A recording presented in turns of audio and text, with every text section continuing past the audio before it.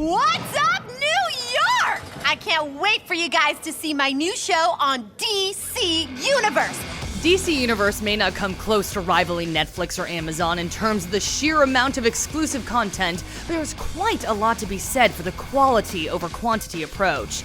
So far, DCU's selection ranges from solid, Titans, to excellent, Young Justice Outsiders, to literally one of the best shows of 2019, Doom Patrol.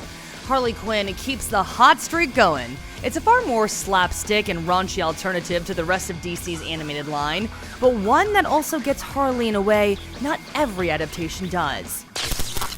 Oh, is that the logo? I like it.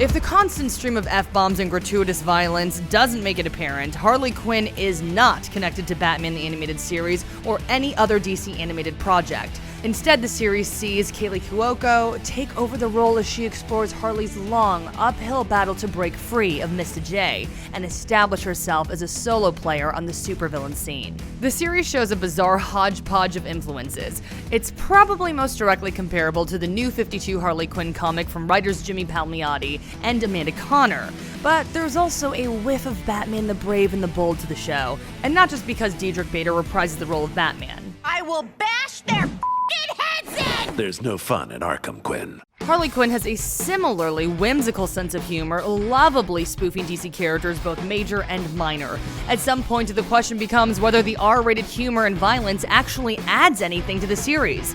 The novelty of seeing Harley and Alan Tudyk's Joker curse with reckless abandon and brutally dismember their enemies quickly wears off. The pilot is funny, but often in spite of the cursing rather than because of it. Anybody feel this but me? Just because DC Universe has fewer content restrictions doesn't mean the envelope always needs pushing. Fortunately, the series gets enough right in both its humor and its portrayal of Harley that this becomes only a minor concern. Lighthearted as the tone is, there's still a clear focus on Harley as a survivor of abuse, slowly rediscovering her independence.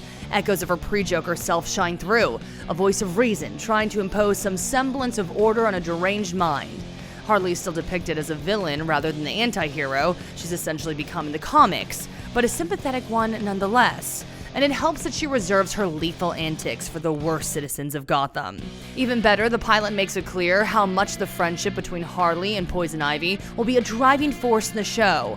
This is almost Ivy's show as much as Harley's, with Ivy trying to break through Harley's rose-tinted glasses and make her see how much a Joker-free life has to offer. Their relationship is easily the most endearing part of the show, and that evolving relationship looks to be just as important to the bigger picture as Harley's quest for professional respect. For many Harley fans, the most pressing question is whether Kaley Cuoco makes for a worthy Harley. That's one area where the series may need a little more time to prove itself. Cuoco certainly brings plenty of energy and enthusiasm to the role, but it's difficult not to judge all newcomers against the gold standard that was Arlene Sorkin and Tara Strong.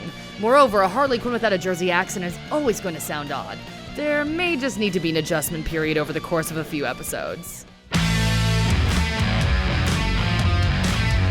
Harley Quinn is shaping up to be another worthy addition to the slowly growing DC Universe library. While the show's more R-rated elements feel superfluous, the wacky humor and the deep portrayal of Harley and her relationship with Poison Ivy do more than enough to justify a watch. If you've ever wondered what an adults-only version of Batman the Brave and the Bold might be like, this is your show. Can we do that again? No. For more TV reviews, check out what we thought of Titans and Doom Patrol. And as always, be sure to follow and subscribe to IGN wherever you like to watch. What does IGN even mean, anyway? It means whatever you want it to mean.